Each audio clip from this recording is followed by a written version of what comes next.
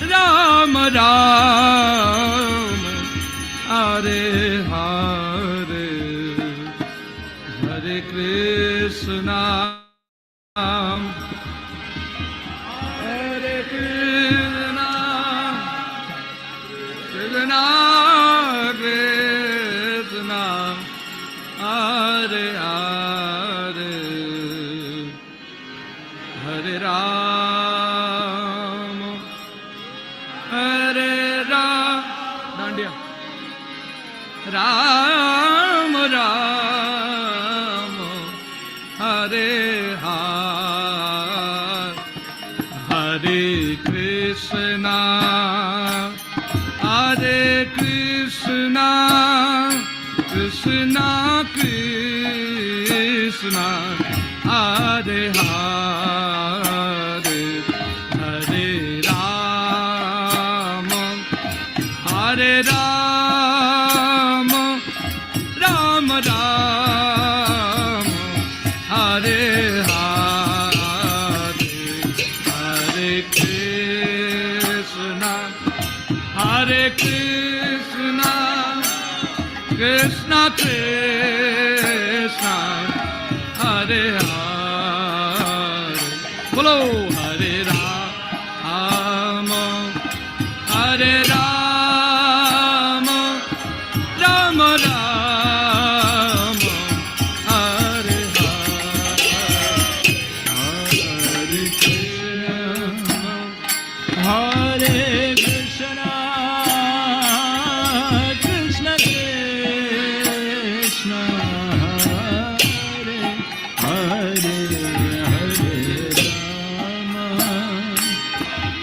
Hare Rama, Hare Rama, Rama Rama, Hare Hare, Hare Krishna, Hare Krishna, Krishna Krishna, Hare Hare, Hare Rama,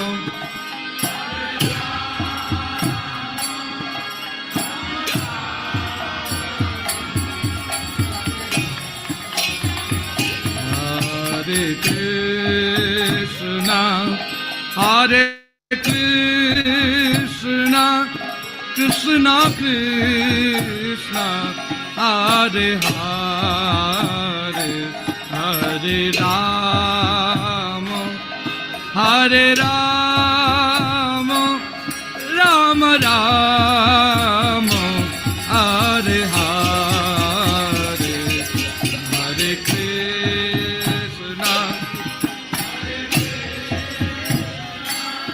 Krishna Krishna, Hare Hare, Hare Rama,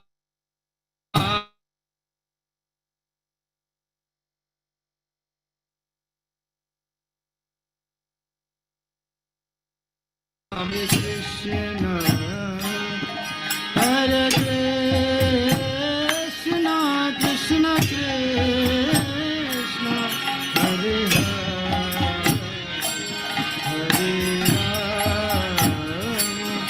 Hare Rama, Rama Rama, Hare Hare, Hare.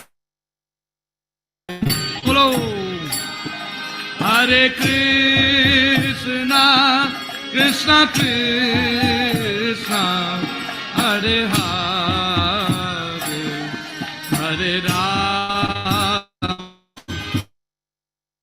Hare Rama,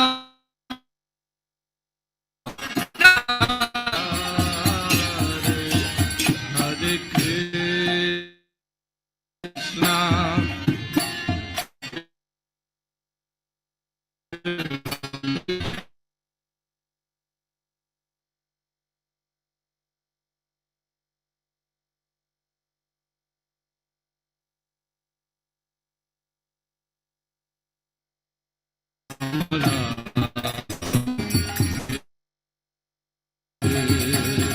Hare Krishna,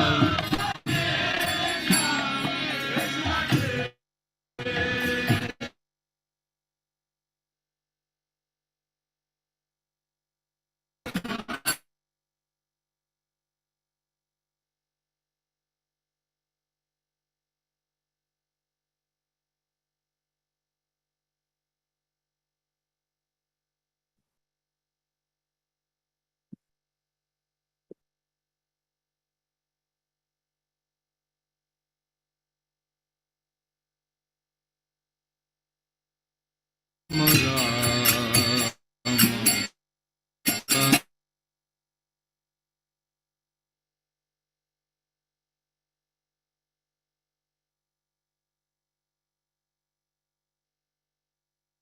Krishna, Krishna, Hare Hare Ram, Hare Ram,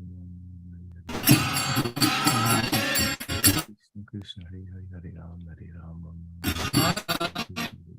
Krishna, Krishna, Hare Hare Ram, Hare Ram, Hare Krishna, Krishna, Krishna, Hare Hare. Hare Ram, Ram, Ram, Hare Hare, Hare Krishna, Krishna. Hare Ram, Ram, Ram, Hare Hare, Hare Krishna, Krishna, Krishna, Hare Hare.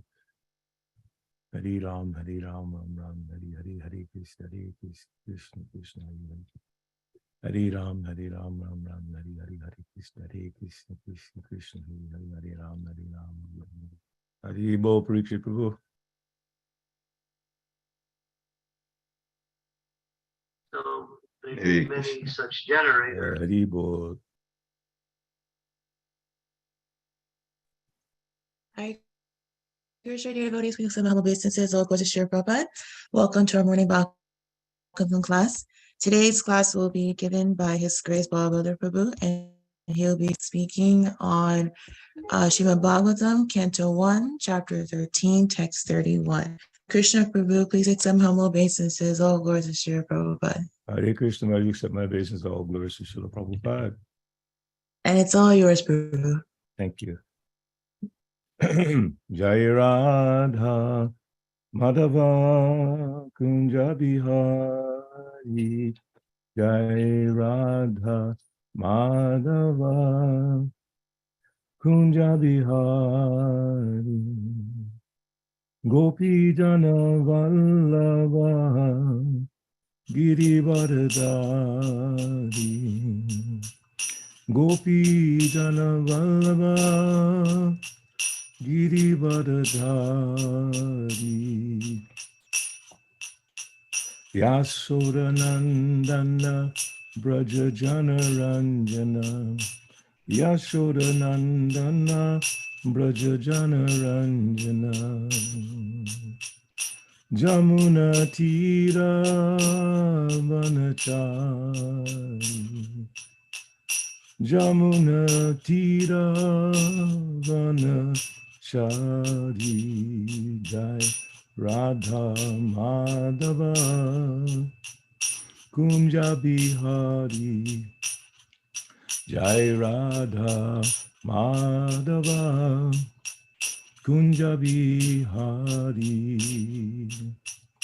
Gopijana Vallabha Girivardhari. Gopijana Vallabha Girivardhari. Yasodanandana Braja Jana Ranjana. Yashodanandana Braja Jana Ranjana. Jamuna Tira Vanachari. Jamuna Tira Vanachari. Jai Radha Madhava Kunja Bihari. Jai Radha Madhava Kunja Bihari. Hare Krishna, Hare Krishna, Krishna, Krishna, Hare Hare. Hare Rama, Hare Rama, Rama Rama, Hare Hare. Hare Krishna, Hare Krishna, Krishna Krishna, Hare Hare. Hare Rama, Hare Rama, Rama Rama, Hare Hare. Jaya Prabhupada, Jaya Prabhupada, Jaya Prabhupada, Jaya Prabhupada. Haribo, Haribo, Hari Bol, Bora Hari Bol. Jayam Vishnupad Paramahamsa Paribrajakachaja Stutarasata Shishimad. His Divine Grace A.C. Bhaktivedanta Swami Srila Prabhupada ki Jai. Jai Nityalila Vishnu Om Vishnupad Paramahamsa Paribrajakachaja Stutarasata Shishimad Bhaktisiddhanta Saraswati Goswami Prabhupada ki Jai. Ananda Koti Vaishnava Vrinda ki Jai. Namacharya Haridas Thakur ki Jai. Prem se kaho Shri Krishna Chaitanya Prabhu Nityananda Shri Advaita Gadadhar Harshivasadi Go Bhaktivinoda ki Jai. Shri Shri Radha Krishna Gopinath Shai Mukunda Radha Kunda Giri Govardhan ki Jai. Vrindavan Dham ki Jai, Navadip Dham ki Jai, Mayapur Dham ki Jai, Jagannath Puri Dham ki Jai, Jagannath Baladev Subhadra Maharani ki Jai, Shri Shri Gaunitai ki Jai, Shri Shri Radha Surat Bihari ki Jai, Shri Shri Radha Madan Mohan ki Jai, Bhakti Devi Tulsi Devi ki Jai, Jamuna Mai Ganga Mai ki Jai, Samveda Bhaktivinoda ki Jai, Harinam Sankirtan ki Jai, Sankirtan Jagat ki Jai, Transcendental Book Distribution ki Jai. Go Premanandi, Hari Hari Bol, all glories to the assembled devotees, all glories to the assembled devotees, all glories to the assembled devotees, all glories to Sri Guru and Sri Gauranga. Om Namo Bhagavate Vasudevaya, Om Namo Bhagavate Vasudevaya, Om Namo Bhagavate Vasudevaya. So reading from Srimad Bhagavatam, Canto 1, Chapter 13, text number 31. Ajata Shatru Krita Maitro Hutagnir Vipranatva Tila Go Bhumi Rukmai Griham Pravisto Guru Vandanaya Nacha Pasyat Pitaro Shobalimcha Ajata Shatru Krita Maitro Hutagnir Vipranatva Tila Go Bhumi Rukmai Griham Pravisto Guru Vandanaya Nacha Pasyat Pitaro Sobalim Cha Ajata Shatru Krita Maitro Hutagnir Vipranatva Tila Go Bhumi Rukmai Griham Pravisto Guru Vandanaya Nacha Pasyat Pitaro Sobalim Cha. Vishnu Vidapu.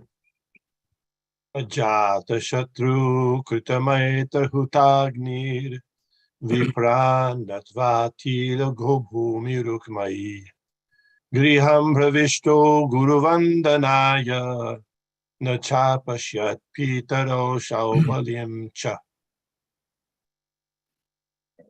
Ajata Shatru Kritamaitru Hutagnir Vipranatva Tila Go Bhumi Rukmai Griham Pravishto Guru Vandanaya Nacha Pashyat Pitaro Saubalim Cha. Hare Krishna. Hare Krishna. Anyone else?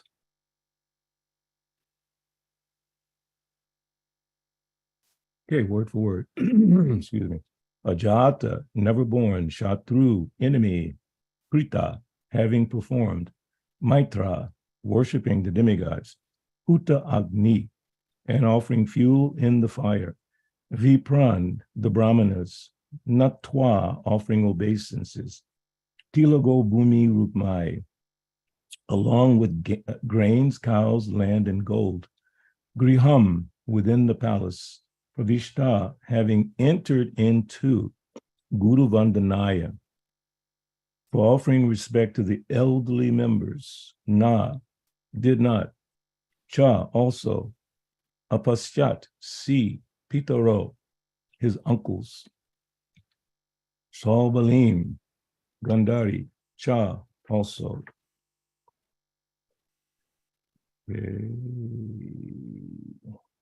Translation, purport by His Divine Grace, A.C. Bhaktivedanta Swami Srila Prabhupada ki Jai. Maharaj Yudhisthira, whose enemy was never born, performed his daily morning duties by praying, offering fire, sacrifice to the sun god, and offering obeisances, grains, cows, land, and gold to the Brahmanas. He then entered the palace to pay respects to the elderly. However, he could not find his uncles or aunt, the daughter of King Subala. Purport, Maharaj Yudhisthira was the most pious king because he personally practiced daily the pious duties for the householders.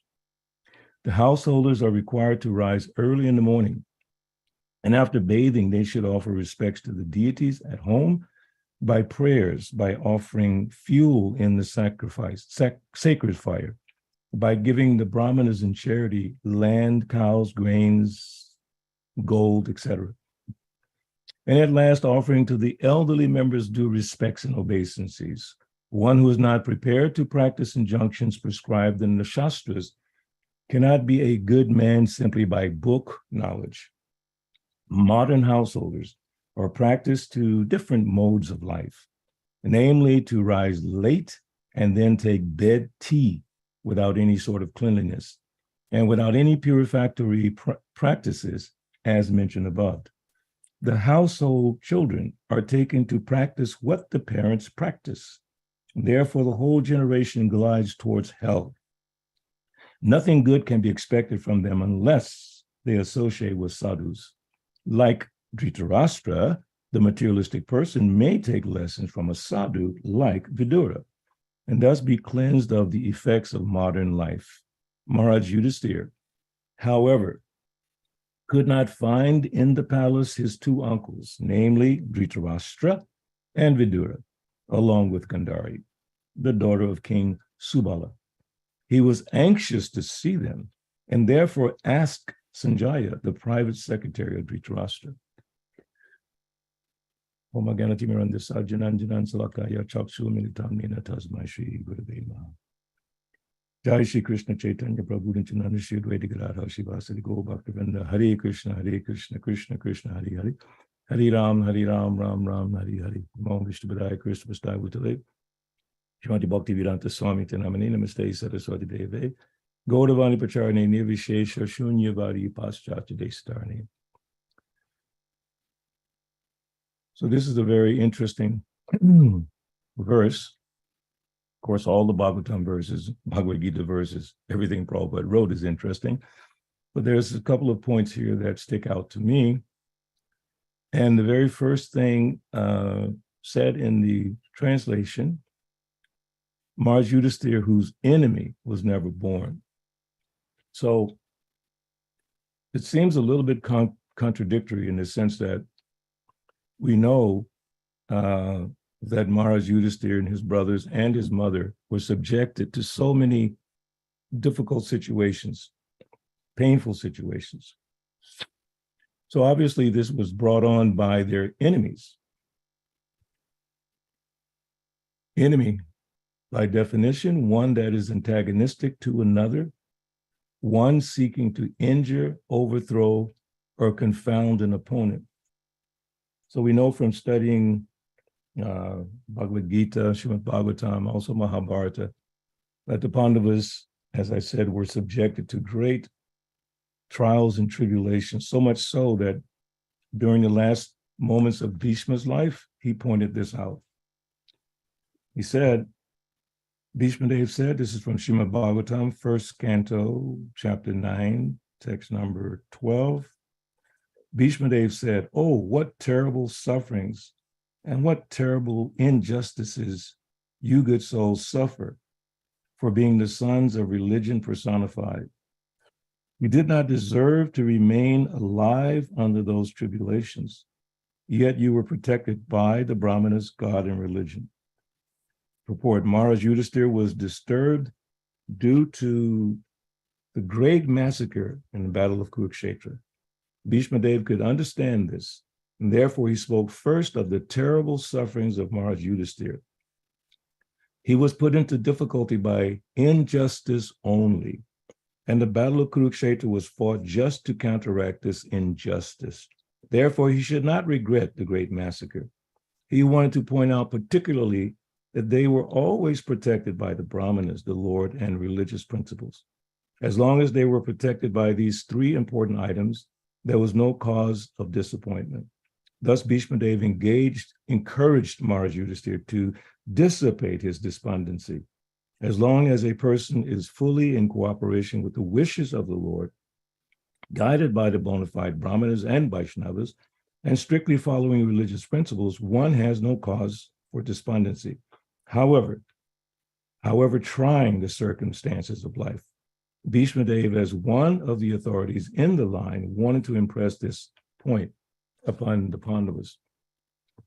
So even though Yudhisthira Maharaj and his brothers and mother were subjected to all these difficulties, still Yudhisthira was, as a pure devotee, was feeling some despondency because of all the trouble that had happened.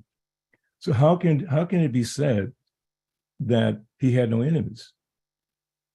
Ajata Shatru, his enemy was never born, but we know there were many enemies trying to, as the definition says, injure, overthrow, confound Yudhisthira and his brothers. So Srila Prabhupada explains very beautifully in the Bhagavad Gita how we can adjust this in our minds and profit from this, how we can benefit from this mentality of Yudhisthira Maharaj. Obviously, Yudhisthira Maharaj is a great devotee and a prime example for us to follow. Whatever a great man does, common men follow. So he set a very high standard for all of us to pursue in our Krishna consciousness. So as we study Srimad Bhagavatam and we hear about these great personalities, our next business is to try to emulate, to try to follow in their footsteps, Mahajano Yena Gata Sapantaha, to try to follow them. We can't imitate them, but we can try to follow them nicely. So Srila Prabhupada explains in this part of the Bhagavad Gita, chapter 12, text 13 and 14. And I want to go directly to the purport, because here Srila Prabhupada explains very nicely to help us understand this confusing point that he had no enemies, that his enemy was never born, Ajata Shatru, never born. But we know there were many enemies against the Pandavas. So how is that adjusted in our minds? How do we apply this concept? So Srila Prabhupada says in the purport, again, chapter 12, text 13 and 14. Coming again to the point of pure devotional service, the Lord is describing the transcendental qualifications of the pure devotee in these two verses. A pure devotee is never disturbed in any circumstances. So we can definitely apply that to the circumstance of the Pandavas and their mother, because Queen Kunti at the end, she was saying, let the calamities happen again and again, because she realized that the calamities forced her and her family to remember the Lord, which is the highest benefit, to be able to remember the Lord in all circumstances. So she saw the profit in that. Again, it seems contradictory. Her sons are being attacked, her children almost, being attempt to kill them on a regular basis, but she's seeing the profit in that. Devotees, we have to learn the art of being able to see the hand of the Lord in everything, even those things that are on the surface, they appear to be negative. So Srila Prabhupada says in the purport, coming again to the point of pure devotional service. In this 12th chapter, Krishna's already explained what's more important, the impersonal or the personal. He already explained that the personal is more important, but he also explained that if you can't do this, you can do that. If you can't do this, you can do that. And then again, Prabhupada says, but coming back to pure devotional service, because Krishna's given some facility for those who can't perform pure devotional service. Prabhupada is saying now coming back to the point. So what we're going to hear now is the mindset of a pure devotee. I'm sure most of us, all of us on this call, we're not thinking, oh, I'm a pure devotee. We're all just trying to practice devotional service. But we need to understand, what is that practice?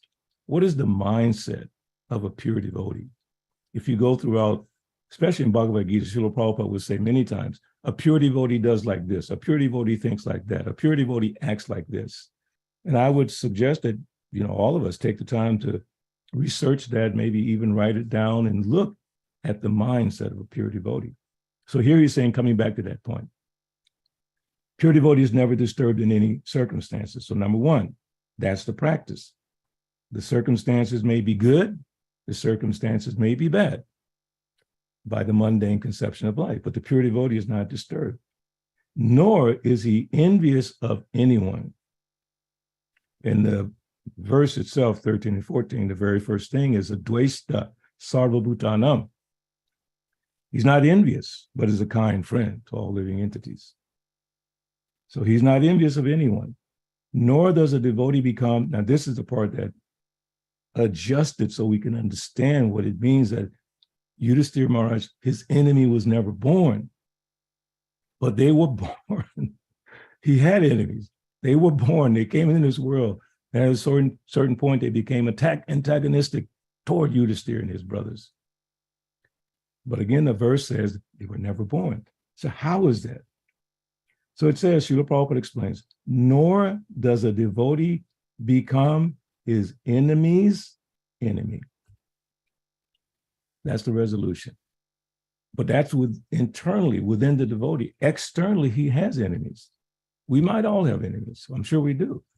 People who are antagonistic toward us, people who are trying to cause us harm, people who are trying to overthrow our positions in life, people who are trying to confound our endeavors, and their opponents. But the devotee, because again, coming back to the point of pure devotional service, the devotee is thinking, he doesn't become his enemy's enemy. The enemy might be coming toward him, but in his heart, no. He doesn't become his, so he doesn't see enemies. He may have a function or service in life like military. Some devotees have been in the military, and they have to fight in the military, possibly have killed some people in the military. But what is the internal meditation there? Yudhisthira Maharaj, he doesn't have an enemy because he doesn't accept any enemy. It's actually Prahlad Maharaj is explaining in the 7th canto. The devotee doesn't see friend or enemy. No one is his friend, no one is his enemy. He only sees all living beings as parts and parcels of the Supreme Lord. And the highest level of pure devotional service, Uttama Bhakti or devotee, he sees everyone as a better devotee than himself. Now, how is that possible? Someone is trying to be his enemy, or someone is his enemy, coming after him, trying to cause pain. But he sees that person as a greater devotee than himself. How is that possible? It's all the mindset. Rupa Goswami explains that advancement in devotional service depends upon the attitude of the practitioner. So we're performing devotional service, but what mood, what mindset do we have? What consciousness, awareness do we have? So Srila Prabhupada is telling us here, the mood of the pure devotee. He doesn't become his enemy's enemy. I find that fascinating, very fascinating. Because for me, it's very difficult.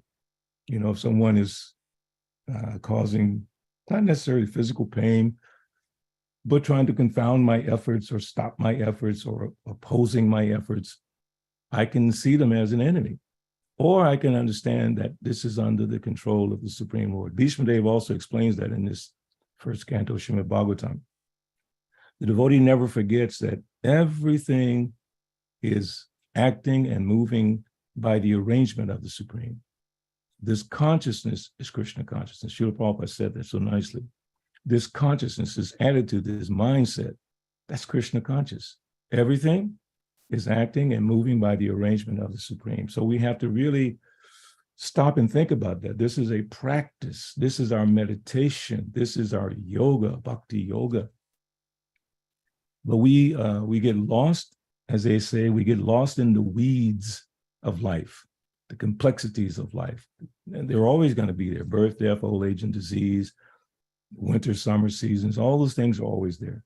So Krishna gives us that guidance in the 2nd chapter of Bhagavad Gita. Matra sparshata konteya stitosna sukha dukkada agama payano nityas tam titikshasva bharata. There's one of those key phrases, tam titikshasva, as a key in Krishna consciousness there. Titikshasva, learn to tolerate. And as I pointed out many times, learn implies some practice, some time frame. You don't just, you know it, you read it, now you know it. He's saying, tam titikshasva, learn to tolerate. Learning means you will be tested throughout your life, whether it's educational tests, whether it's business tests, physical tests. He's saying learn to tolerate. Mindset, learn. So as we're experiencing different things in life, we can reflect on what we have studied and read from Srila Prabhupada and heard from more advanced devotees, even from the acharyas, then we can look at a circumstance differently. As Yudhisthira Maharaj, his enemy was never born. Why? Because he doesn't see enemies. He's a pure devotee. Prahlad Maharaj, his father, definitely an enemy. Definitely trying to cause harm, injure. We know the pastime of Prahlad Maharaj, how his father tried to injure him. He ordered his servants, kill this boy. He's offended me. Who is he to speak like that to me? So he tried to injure him. But Prahlad knew he was under the protection of the Lord, and he was fine. He didn't have to suffer anything. Or in the case of Haridas Thakur, when he was beaten in all those multiple marketplaces, he accepted it. Another thing that Srila Prabhupada explains in this purport that I was just reading from the 12th chapter of Bhagavad Gita about the mindset, mood of the pure devotee. First, he does not become his enemy's enemy.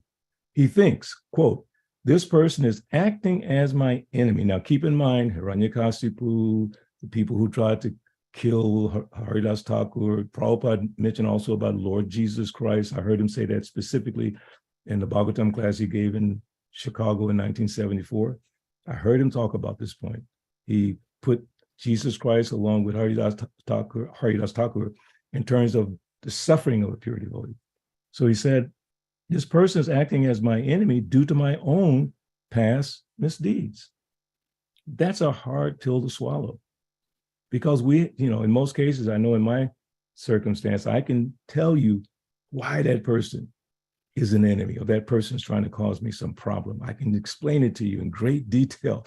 I can give you Shastric references. I can say this person is like this because of this, this, and that. But I'm such a fool, I will never say it's because of my own past misdeeds. That this person, so it says, this person is acting as my enemy due to my own past misdeeds. So it is better to suffer than to protest. Most of us would say, no, I can't do that. That's too hard. Pure devotional service is not easy. In one sense, yes, it's easy, yes. But it's difficult for us because we're so attached. We're so accustomed to that other mindset. So then when we have to see things according to Krishna consciousness, it gets, what is that? Trying to remember the Sanskrit. Karmatmaka yena sarita bandha. Because we're seeing things, it's got like colored by fruitive activities. Our vision is blocked. It's colored. We can't see, just like if you put black paint on your glasses, you can't see properly. It's like there's something blocking. So for us to practice this mindset, it's blocked by all this background noise, all this, how we grew up in life, all this intelligence that we think we have. So then we sort of filter out the reality, which is, the devotee thinks, this person is acting as my enemy due to my own past misdeeds. So it is better to suffer than to protest. That's why many people don't want to take up this Krishna consciousness, or some devotees become discouraged and go away. They can't accept this. No, better to suffer than protest? No, I'm going to protest. I have all the facts. I know exactly. I'm going to let everyone know why this person is like this or that, causing me pain. And I told the story many times how when I was a young brahmachari, there was this devotee in Atlanta. Today, we're very good friends. But then he was my enemy. Enemy in the sense that I just couldn't tolerate this devotee. He was just ridiculous in my perception. He was not ridiculous in my perception. He was ridiculous. He did things that I just could not stand, couldn't tolerate it. And I won't tell you all the details, but it was painful to have to see this guy every day. It was like, ah. So I had gotten to the point which, at least my one good credit is when I become confused, I go to senior devotees like Vishnu Gada and different, Prabhu, what about this and what about that? And my dear friend Gita Mataji, we talk a lot. I said, what about this? What about, I'm thinking like this. What do you think? I look for advice. So I went to my temple president at that time, Balavanta. I said, Balavanta, here are the facts. This guy is 1, 2, 3, 4, 5. I had like 50 things about this person. And Balavanta listened patiently. I learned that from him. Listen patiently. Don't just attack the person, even if they're spaced out like I was. He listened patiently. And then he gave me the best advice. He said, and please listen, he said, did you ever stop to think, Balabhadra, that Krishna sent this devotee to test your tolerance. And in the back of my mind, I kind of jokingly said, I knew you would say that. I knew that was coming. It was my mentality, not his. Although it was, causing me some anxiety, causing me mental stress and pain, because I was embarrassed about this person. One day we went on Sankirtan, this same devotee, he had this kind of funny voice. He said, today, everyone will melt, M-E-L-T. Whoever I see, they're just going to melt. And I just said, what are you talking about? Come on, you're just crazy. I would say that he's a crazy devotee. But actually now he's a PhD. He's a very wonderful Vaishnava. I love him so much. But I couldn't see it at that point. My vision was colored. It was blocked due to ignorance. Therefore, so we have to listen to the words, especially of Srila Prabhupada, to get rid of that ignorance. So now we can see properly. So what am I seeing now? It's due to my own past misdeeds. Better that I suffer than to protest.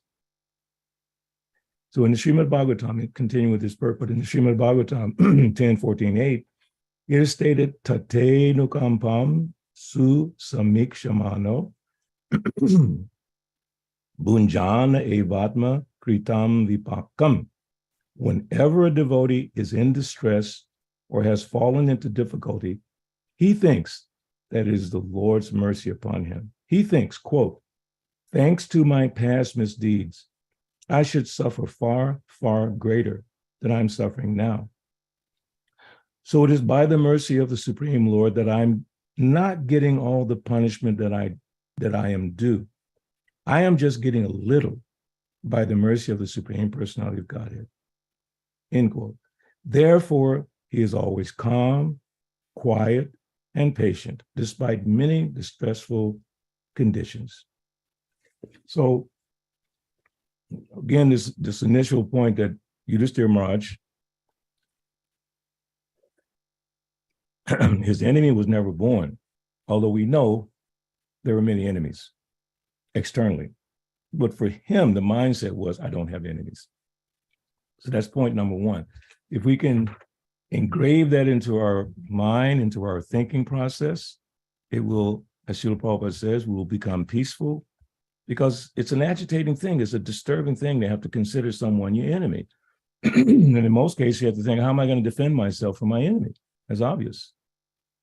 What can I do to protect myself from my enemies?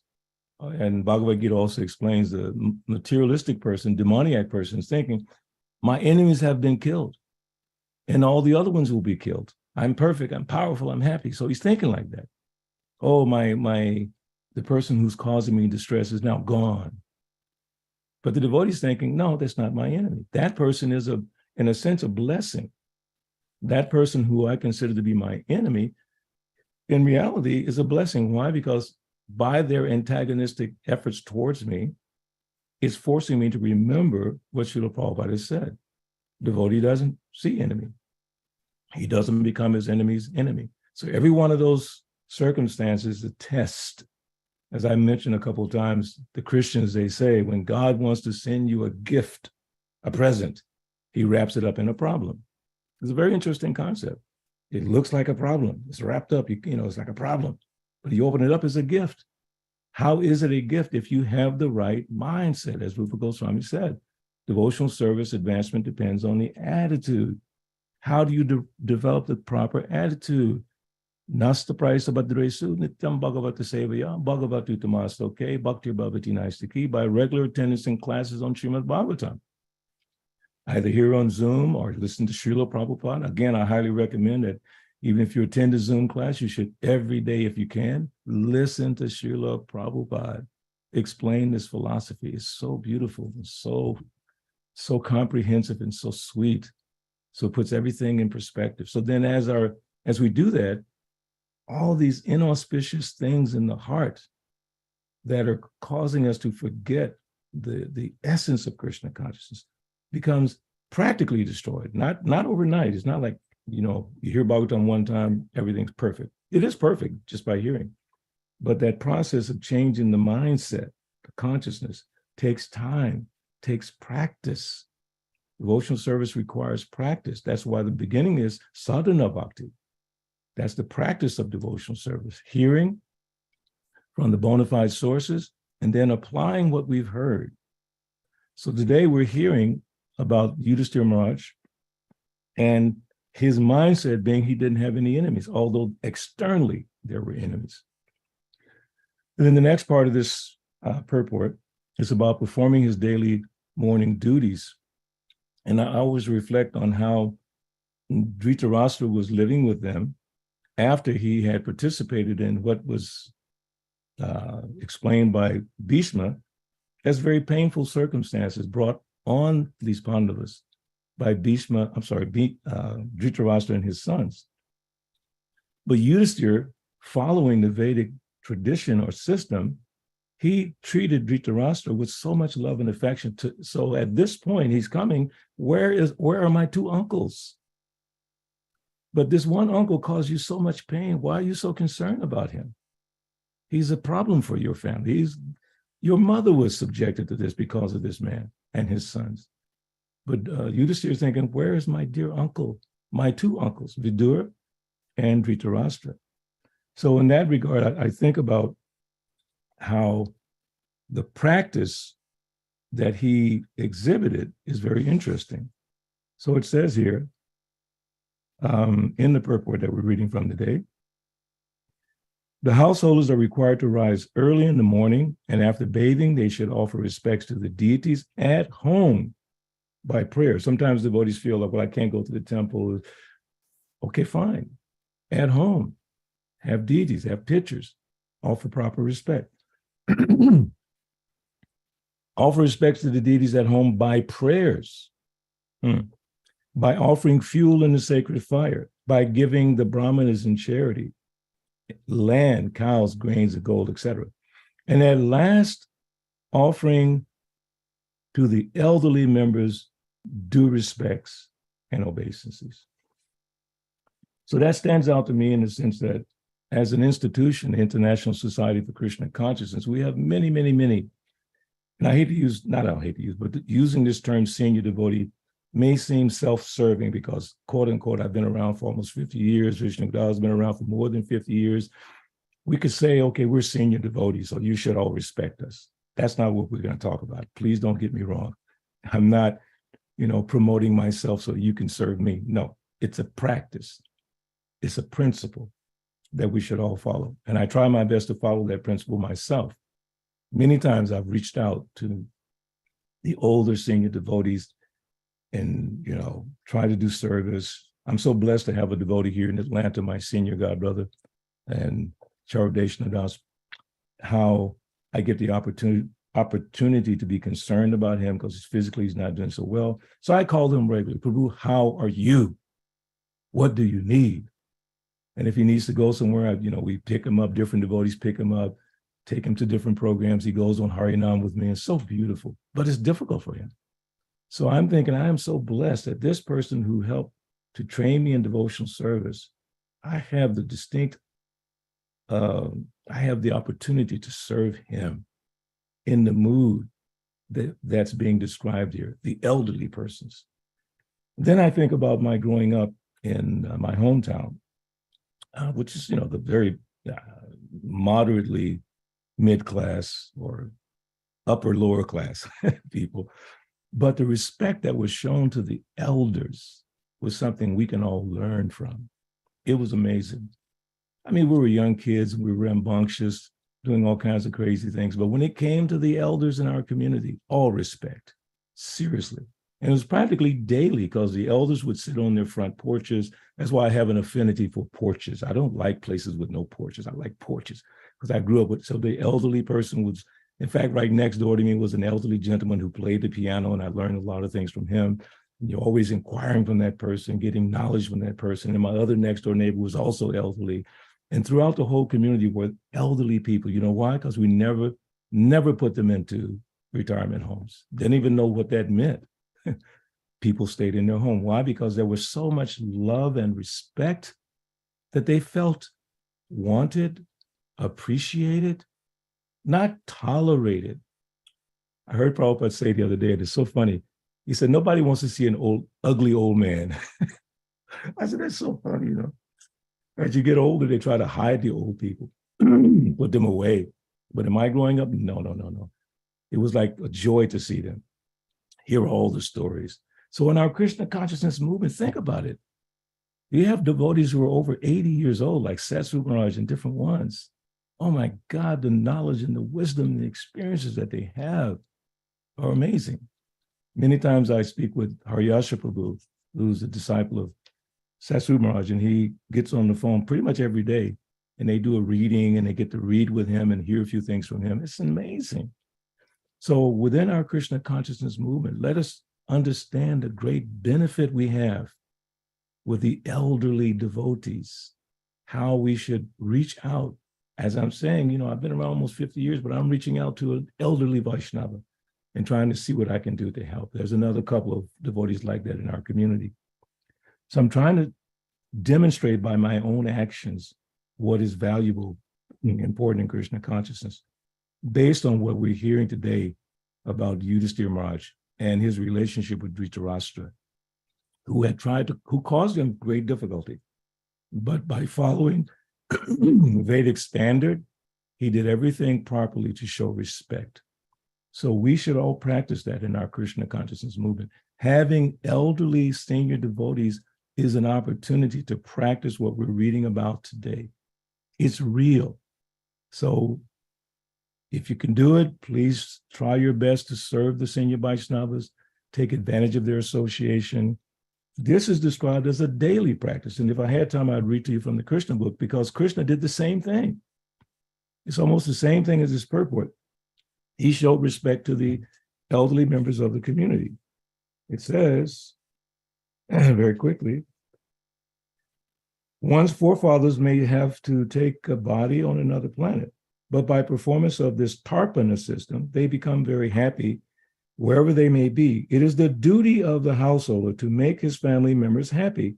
And by following this Tarpana system, he can make his forefathers happy also. As the perfect exemplary householder, Lord Krishna followed the Tarpana system and offered respectful obeisances to the elderly, superior members of his family. So this is confirmed by Srila Prabhupada in the purport, here also in the Krishna book, that is part of our daily function, daily.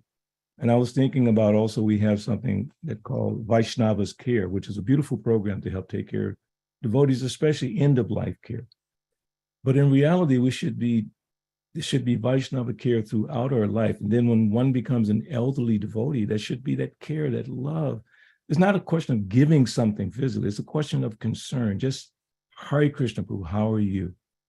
How are things going? That makes a person feel so much appreciated and wanted. We don't want that in our movement, the senior devotees feel unwanted, not needed, marginalized, put to the side. I'm not accusing anyone, just saying, be careful. We should not let that happen.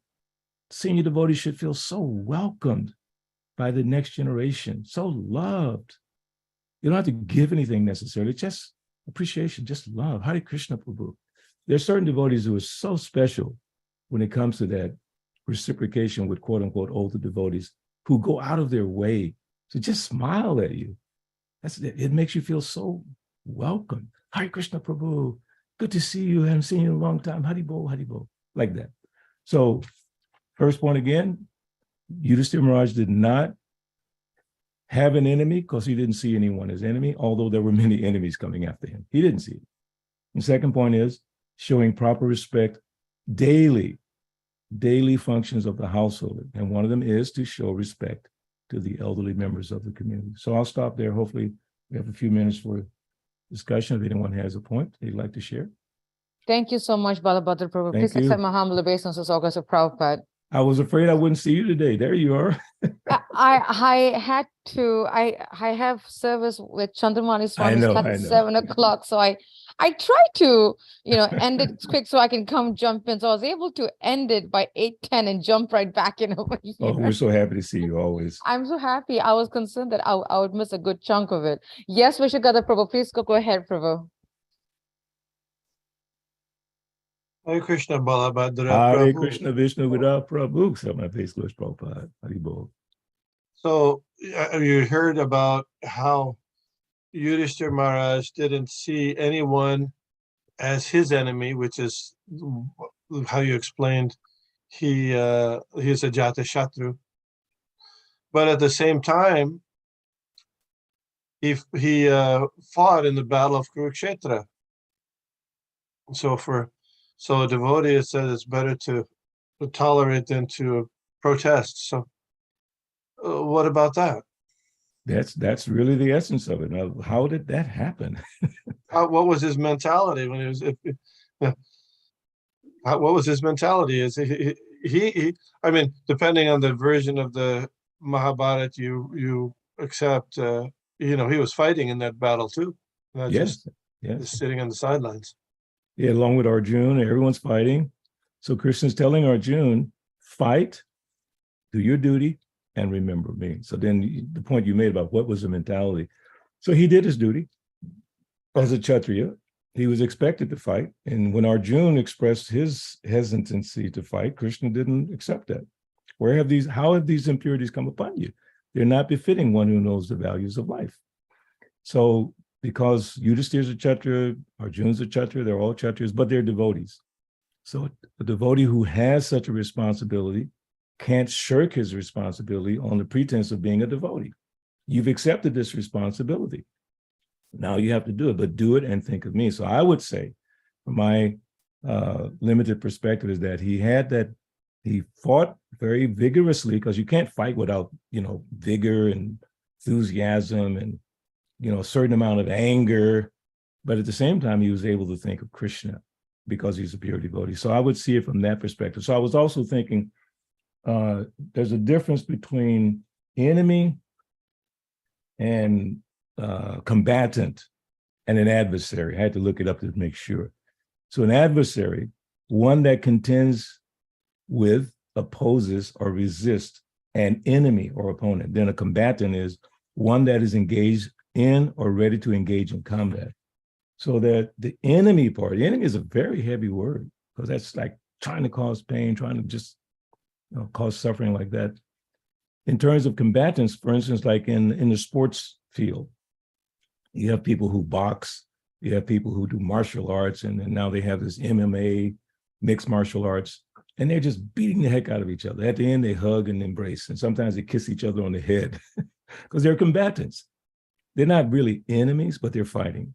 And the mindset is they're trying to defeat the other person. But in the case of the person like Yudhishthira, the mindset is that I'm a devotee of Krishna, but I have this responsibility. But how do you fight and kill? And I say it all the time, Arjuna was involved in a battle that 640 million people died. That's why Yudhishthira was so disturbed at the end. So many people died on my behalf so that I can become the king, get the kingdom. It was painful to him. So then Bhishma's telling him, you should not lament. All of that was done by the arrangement of the Supreme Lord.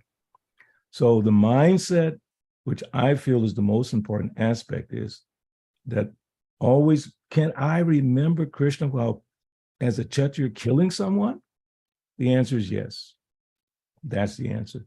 But that doesn't make sense. But that is, like I said, from my perspective, that is the answer. You do your duty and think of Krishna. What should I do the duty and then think of Krishna? Because if I'm a Kshatriya, I got to fight and kill this guy.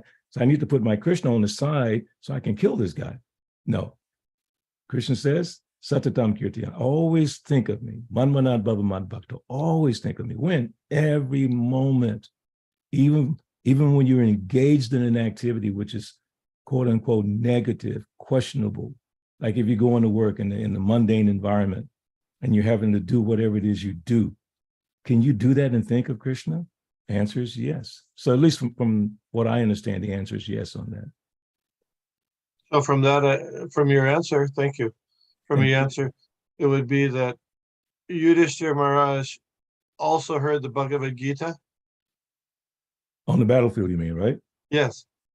I don't have a direct reference, but does anyone have a direct reference to that? Because, in the battlefield of Kurukshetra, 640 million people, how many could hear Krishna, and how close was Yudhishthira to Krishna when he's speaking to Arjuna. I don't know the logistics of that. I don't know. I don't ever have a direct answer to that one. Okay, so okay, Yudhishthira was, but we know in the Kshatriya culture, it wasn't unusual for people to fight during the day and then get received at night. That was, Yeah. so they had some practice of not being inimical, all the time. Whereas in Western society, usually if people want to get into a battle, a fight, then they have to demonize the other side and make them somehow bad. It's really important. So that wasn't part of the Kshatriya culture. But that's a good thing to investigate, whether Yudhishthira heard the Bhagavad Gita. My recollection is that many people, if not everybody there, was hearing the Bhagavad Gita. Krishna has something, one of Krishna's qualities is called Meghavani. Have you heard this Meghavani? The word Meghavani yeah, means his voice is like a cloud, like a thunder cloud. It's so powerful. Like when he went to the cave where Jarasandha had imprisoned many thousands of kings, right? He went in there and he spoke to them. He said stuff like, anyway, he spoke many things, but you can imagine thousands of people there. How did they hear him? If you're in a stadium, thousands of people, can you hear somebody in the middle of the stadium? How do you do that? Meghavani is the answer. Beautiful. Yes. Now that reminds me of when Srila Prabhupada was visiting Atlanta, and he gave, I don't remember if it was Srila Bhaktisiddhanta Saraswati's Vyasa Puja lecture, but one of the lectures he gave, because we had built a sound system. We call it do it yourself, DIY, right? So we had built this cabinet, and I'm sure Pariksha can appreciate this. Beautiful big speakers, and we were like so proud of our little cabinet, and microphone. So Prabhupada's giving lecture, and the system went out completely. So the temple room was fully packed. Some devotees say it was 400 devotees. Some people say 500. I don't know. It's just packed to the hill. So all the way in the back of the room, I was sitting almost in the middle of the room. So when that system went out, which was blaring, when it went out and Prabhupada kept speaking, you could hear him clearly in the back of the room without any interference. It was incredible. It's like almost like a miracle, because it was like, you got to have that sound system when you're giving class. And Prabhupada doesn't have like a super heavy voice, but his voice carried all throughout the temple room. It was amazing.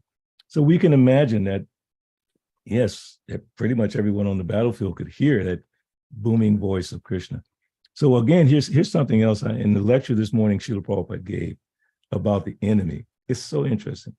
So there was some literary imperfection, and Sri Chaitanya Mahaprabhu pointed out, and he was also a learned scholar. He's talking about this Keshav Kashmiri. He admitted that he is a wonderful boy.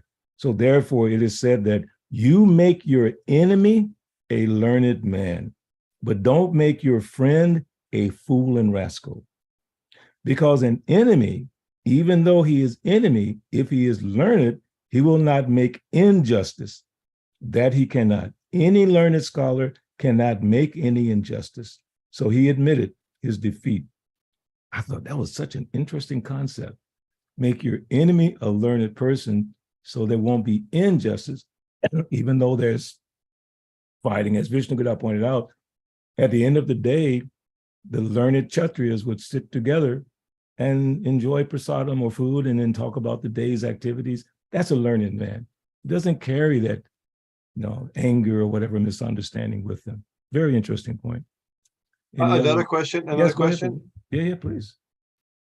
You hear the Maharaj Yudhishthira here is, he's doing his daily duties, and it says in the verse that he's offering fire sacrifice and worship to the sun god. Now, usually we think, we aren't encouraged to worship the demigods.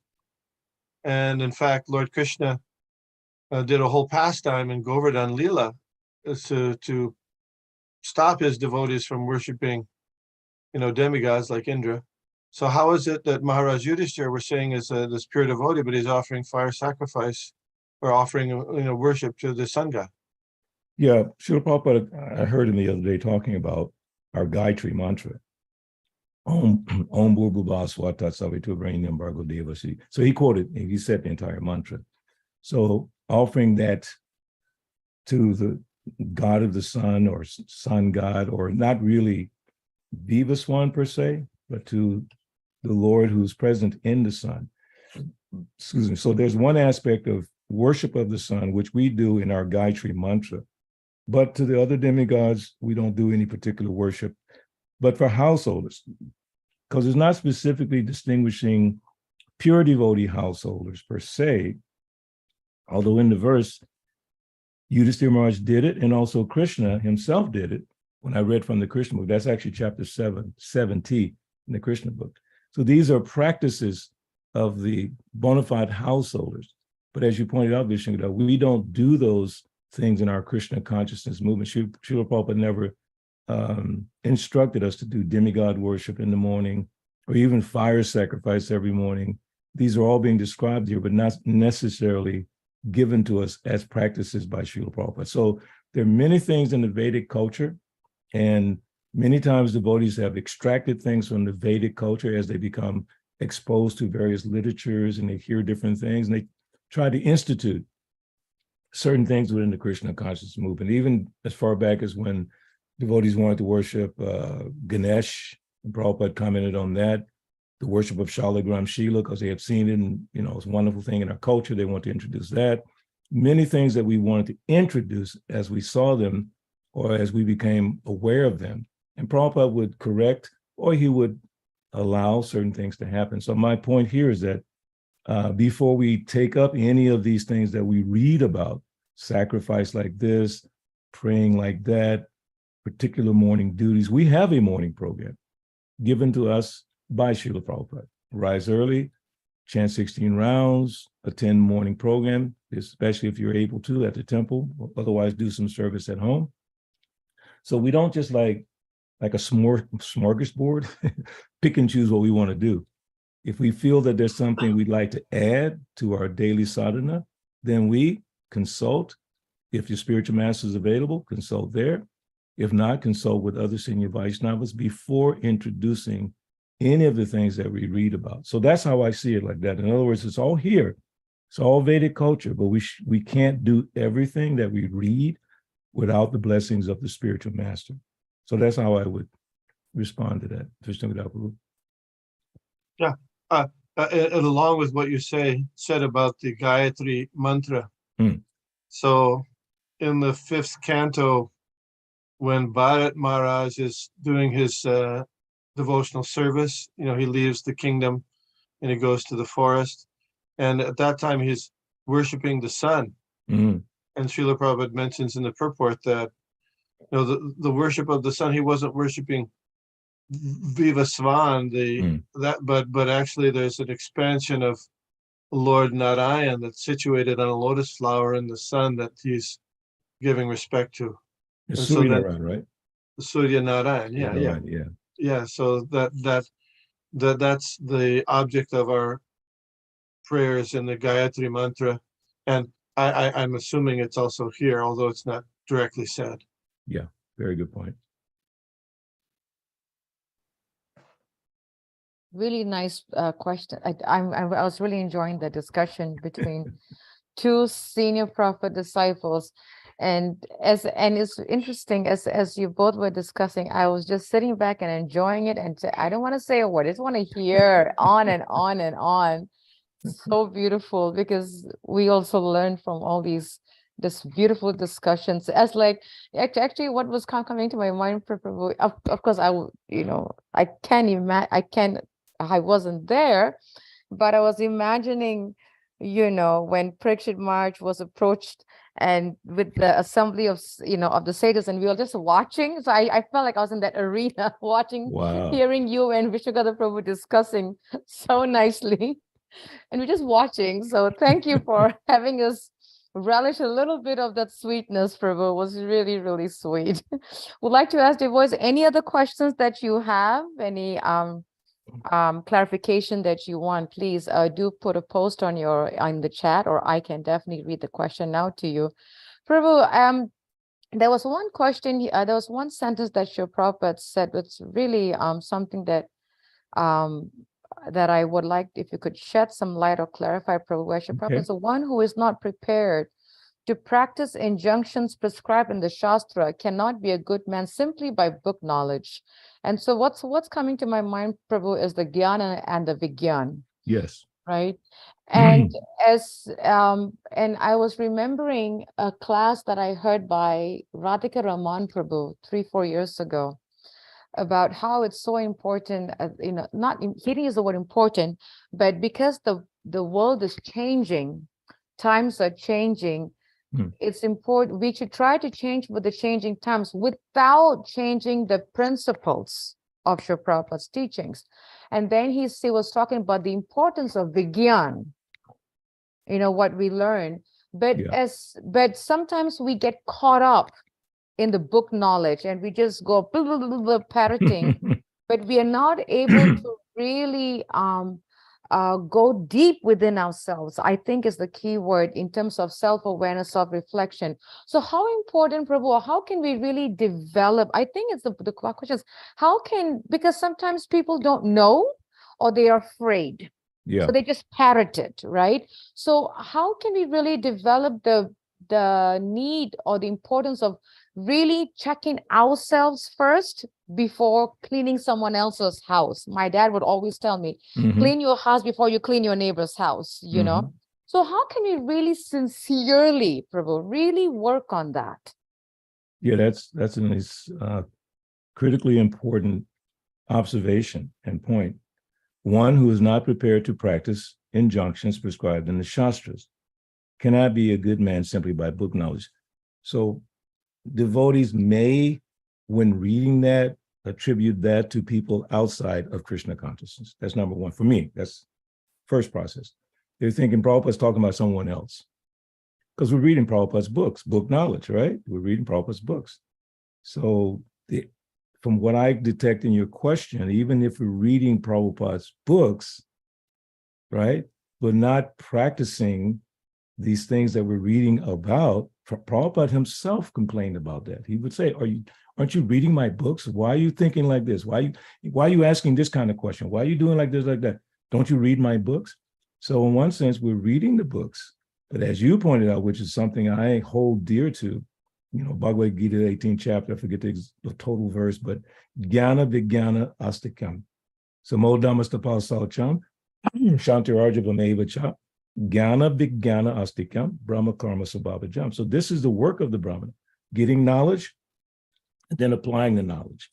So once you apply the knowledge, it becomes wisdom, practically applied. In the mundane world, they say, whatever you learn, you should teach within 48 hours. Otherwise, you'll forget.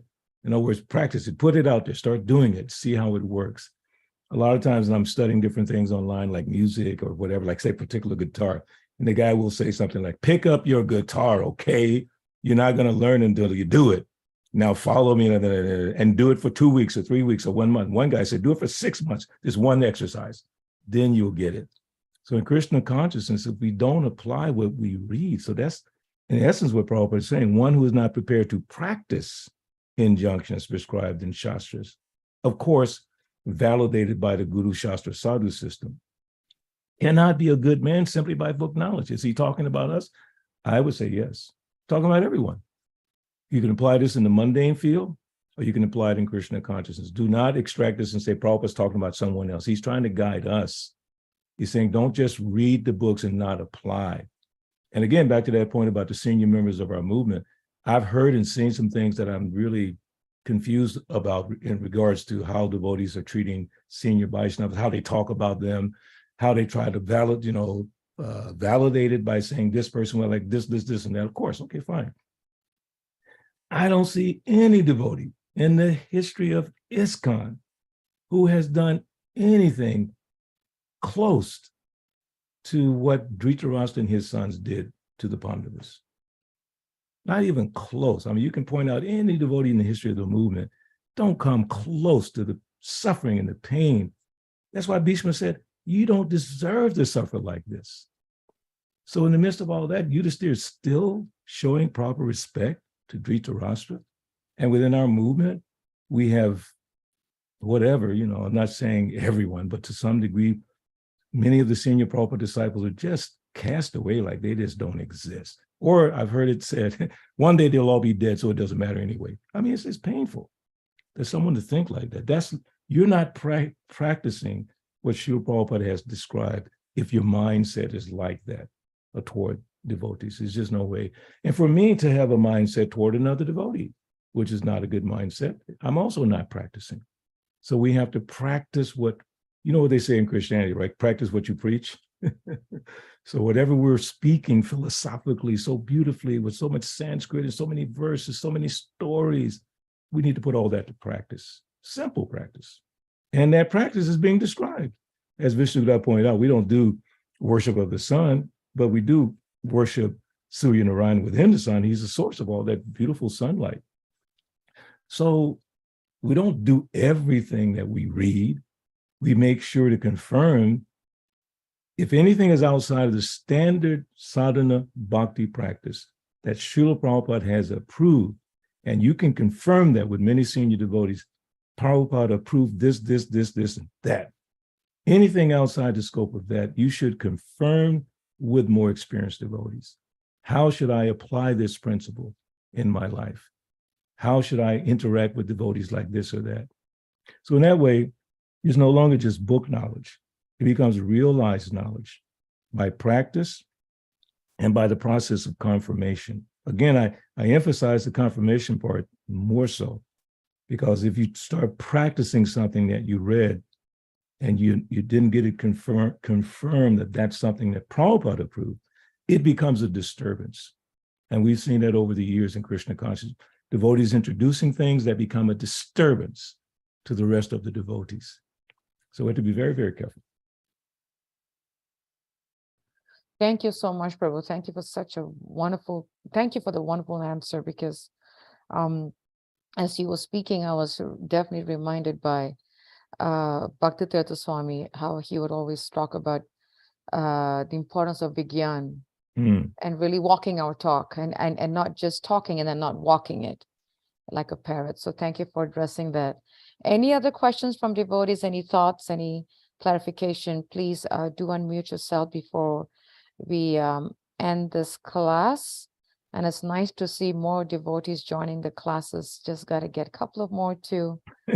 As Chandramani Swami says, roll out of bed. Every time he gives class, he'll say, okay, Anasuya, are they rolling out of bed or going back or rolling back in bed?